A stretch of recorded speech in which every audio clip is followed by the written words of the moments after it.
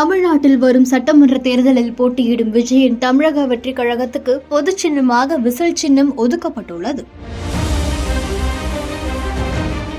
ஒரு கட்சிக்கு பொது சின்னம் ஒதுக்கப்பட என்னென்ன விதிமுறைகள் உள்ளன என்றும், பொது சின்னம் பெற்ற கட்சி நிரந்தர சின்னத்தை பெற இருக்கும் விதிமுறைகள் குறித்தும் இந்த காணொளியில் பார்க்கலாம்.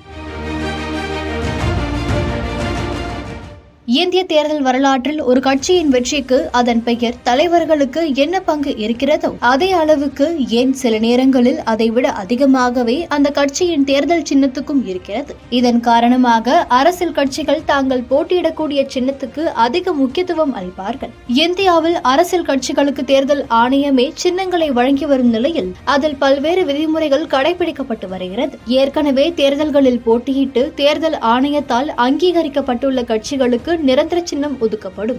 அதில் தேசிய அங்கீகாரம் பெற்றுள்ள கட்சிகளுக்கு நாடு முழுவதும் நிரந்தர சின்னமும், மாநில கட்சிகளுக்கு அந்த மாநிலத்தில் நிரந்தர சின்னமும் ஒதுக்கப்படும். அதே போல நிரந்தர சின்னம் பெற்றுள்ள கட்சிகள் குறிப்பிடத்தக்க வெற்றியை பெறாமல் போனால் தேர்தல் ஆணையத்தின் அங்கீகாரத்தை இழப்பதோடு அந்த கட்சியின் சின்னமும் பறிக்கப்படும். தேர்தல் ஆணையத்தால் அங்கீகரிக்கப்படாத ஒரு கட்சி பல்வேறு இடங்களில் போட்டியிட விரும்பினால் அந்த கட்சிக்கு தேர்தல் ஆணையம் பொதுவான சின்னத்தை வழங்கும். இதற்கான விதிமுறைகள் தேர்தல் சின்னங்கள் ஆணை 1968 கீழ் இடம்பெற்றுள்ளன. அதன்படி ஒரு கட்சி பொது சின்னத்தை பெற வேண்டுமானால் மாநிலத்தில் மொத்தம் உள்ள தொகுதிகளில் 5% தொகுதிகளில் வேட்பாளரை நிறுத்தி இருக்க வேண்டும். அதேபோல சட்டமன்றம் அல்லது நாடாளுமன்றத்தின் பதவிக்காலம் முடிவதற்கு 6 மாதங்களுக்கு முன்பில் இருந்தோ, தேர்தல் அறிவிப்பு வெளியாவதற்கு முன்பு அல்லது வெளியான 3 நாட்களுக்குள்ளோ தேர்தல் ஆணையத்திடம் சின்னம் கோரி விண்ணப்பித்திருக்க வேண்டும்.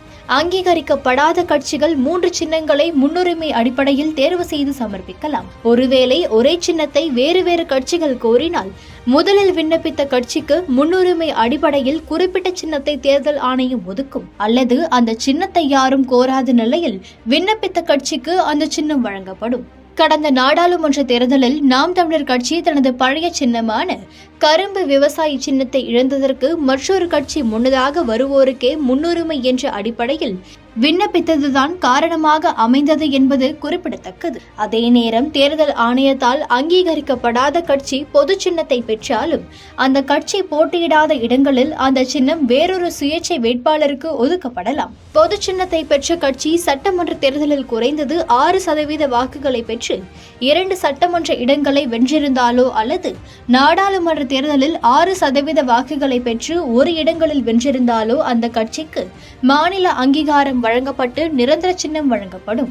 அல்லது சட்டமன்ற தேர்தலில் மொத்த இடங்களில் குறைந்தது 3% இடங்களையோ, சட்டமன்ற அல்லது நாடாளுமன்ற தேர்தலில் 8% வாக்குகளையோ பெற்றிருந்தால் அந்த கட்சிக்கு நிரந்தர சின்னம் வழங்கப்படும். இது தவிர நாடாளுமன்ற தேர்தலில் அந்த மாநிலத்திற்கு ஒதுக்கப்பட்ட ஒவ்வொரு 25 நாடாளுமன்ற தொகுதிகளுக்கும் ஒரு உறுப்பினர் என்ற விகிதத்தில் வென்றிருந்தால் அந்த கட்சிக்கும் நிரந்தர சின்னம் வழங்கப்படும். இந்த வகையில்தான் கடந்த நாடாளுமன்ற தேர்தலில் 8% வாக்குகள் பெற்ற நாம் தமிழர் கட்சியும் தனி சின்னத்தில் போட்டியிட்டு 2 இடங்களில் வென்ற விடுதலை சிறுத்தைகள் கட்சி தேர்தல் ஆணையத்தால் மாநில கட்சியாக அங்கீகாரம் பெற்றன. நிரந்தர சின்னம் பெற்று தேர்தல் ஆணையத்தால் அங்கீகரிக்கப்பட்ட கட்சிகளுக்கு பல்வேறு சிறப்பு வசதிகளும் வழங்கப்படும்.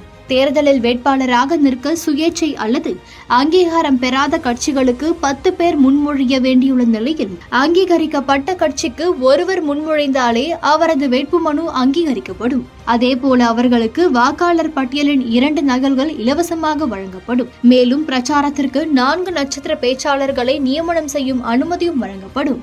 ஒருமுறை தேர்தல் ஆணையத்தின் இந்த அங்கீகாரத்தை பெற்ற பின்னர் தொடர்ந்து வரும் 2 தேர்தல்களில் இந்த தகுதிகளை தக்க வைக்க தவறினால் அந்த கட்சியின் அங்கீகாரம் மற்றும் நிரந்தர சின்னம் பறிக்கப்படவும் வாய்ப்புள்ளது என்பது குறிப்பிடத்தக்கது.